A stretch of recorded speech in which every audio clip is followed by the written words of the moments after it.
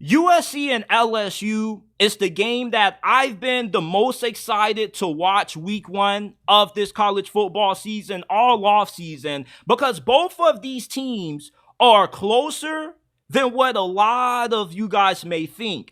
LSU started out a few weeks ago as a 7.5 point favorite, but that line has now dropped to them only being favored by 4.5 points.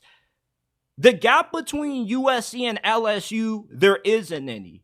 There are way more similarities between these two squads than what the national media is telling you guys about. They both are going to be unveiling new quarterbacks. Miller Moss for USC, who was going off in their bowl game, and you got Gunnar Nussmeier. While although he's gotten some significant playing time before, he was going off against Georgia in the SEC championship like 2 years ago when Jaden Daniels got injured in that game. And it doesn't matter if Georgia's defense was playing prevent. They didn't want to give up a lot of big plays. It's hard to have success against Georgia's defense, especially during that time when they were having two of college football's historically great defenses from 2021 to 2022. So Gunnar Nussmeier has put enough on film that you can trust him to give you high-level quarterback play. Miller Moss, you more so trust him off the face of him being coached by Lincoln Riley, who is the walking quarterback guru. He is QBU. And I've been pleasantly surprised with the concerns that have surrounded USC's offense. USC's coming off the worst season under Lincoln Riley, which, by the way, is his worst coaching season ever. And yet we now are starting to question Lincoln Riley's knowledge of offense. USC is going to score points offensively. That shouldn't be a question. The wide receiver position is just as good as LSU's. They have nothing but top 100 guys or better who are projected to start for them at wideout. A lot of y'all don't know about Zachariah Branch, but you're about to find out about him after this game. He's like Tavon Austin meets DeAnthony Thomas at wide receiver. He's arguably the fastest wideout in college football. His speed rivals Tyreek Hill. He's dynamic with the ball in his hands. LSU's biggest question is the same that LSU's biggest question in this game is the same exact question that USC has. Whose defense is going to be the most improved? They both have new coaching staffs led by new defensive coordinators that are highly respected, really good. Blake Baker did a phenomenal job during his time being the defensive coordinator for Missouri. Dan Lynn, in only 1 year coaching UCLA's defense, he took them from being one of the worst in college football to being a top 15 unit last year. And if you can improve UCLA's defense in the span of one offseason, you mean to tell me that you can't do the same for USC, who has slightly better talent than what UCLA had on that side of football?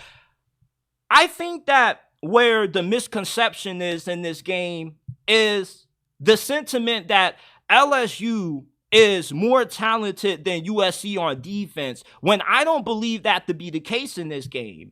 USC up front, you can make the argument that they're better than LSU on the interior of their defensive line. LSU doesn't have a Bear Alexander, and they also don't have the talent at edge that USC possesses. What LSU does have over USC defensively is that they got the best player on defense in this game in Harold Perkins. Now, he had a down season last year, but I still view him to be a potential top 10 pick in next year's draft class. And with Blake Baker taking over as defensive coordinator, he should put Harold Perkins in spots that should be able to maximize his talent and his potential, because at one point, we could make the argument that around this time last year, Harold Perkins could have not only been the best player in defense and on defense in college football, but maybe he could be a potential Heisman candidate for being on defense, which is something that's very rare. He was one of the best players in college football at one point, and last year things just kind of went awry.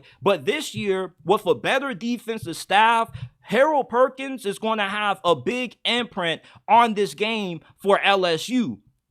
Now, where LSU has the big advantages over USC for this matchup is their offensive line. They got a top 10 O-line in college football this year. They do have a slightly more talented defense based off recruiting, but I don't really know how much that means in terms of their ability to slow down USC's offense when you're going up against the best offensive mind in the sport in Lincoln Riley. And a lot of the guys that you have on this defense played last year, but last year was the worst defense that LSU had in their program history. So even though you got a good amount of experience on that side of football, you know, not all experience is good experience when you're coming off that bad of a defensive performance. With USC, you can say the same thing about them. But they do have players on their defensive line that can get after Gunnar Nussmeier. And they did put a lot of emphasis this offseason on getting more physical, getting more strength.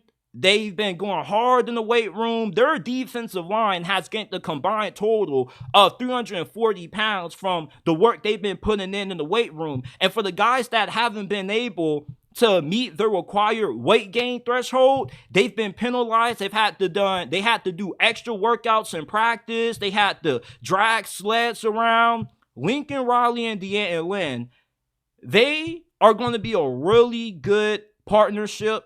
Because if you can turn around UCLA's defense in the span of one season, I don't see how you can at least turn USC's defense into a top 50, top 60 unit. And that's really all you need with how good your offense is going to be.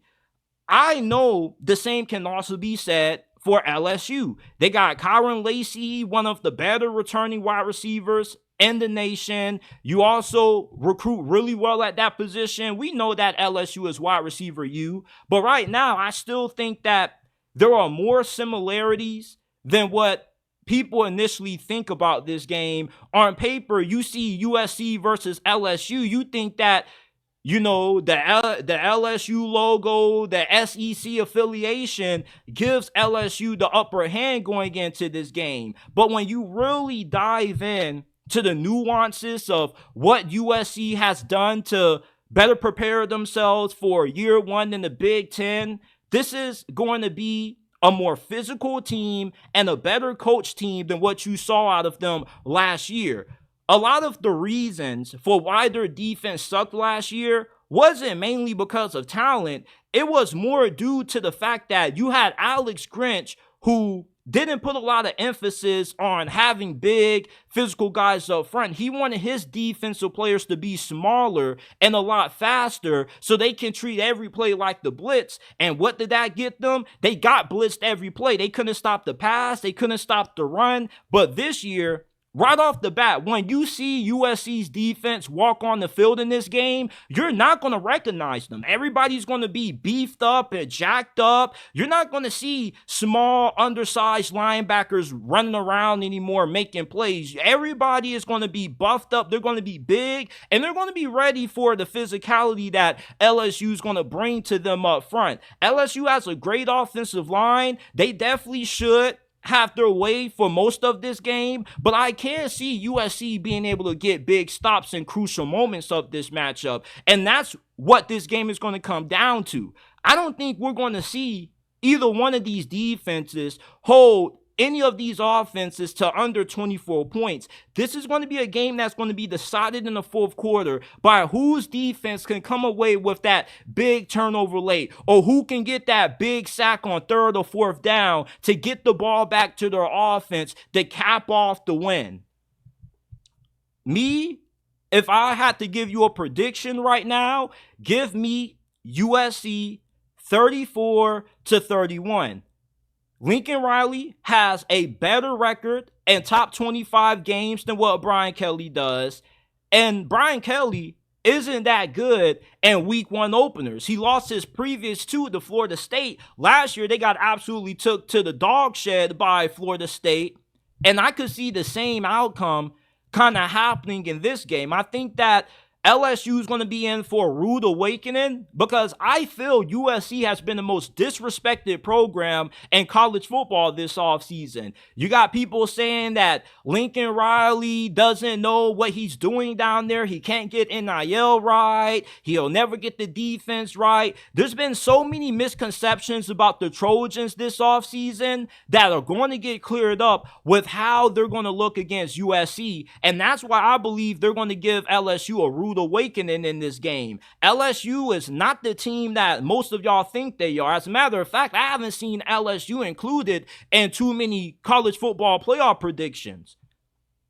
I really am starting to see Brian Kelly more for being overrated than he is as one of the better coaches in college football, because every time we see him in games of this magnitude where he has to go on the road or it's in a neutral site setting, he oftentimes fails to deliver.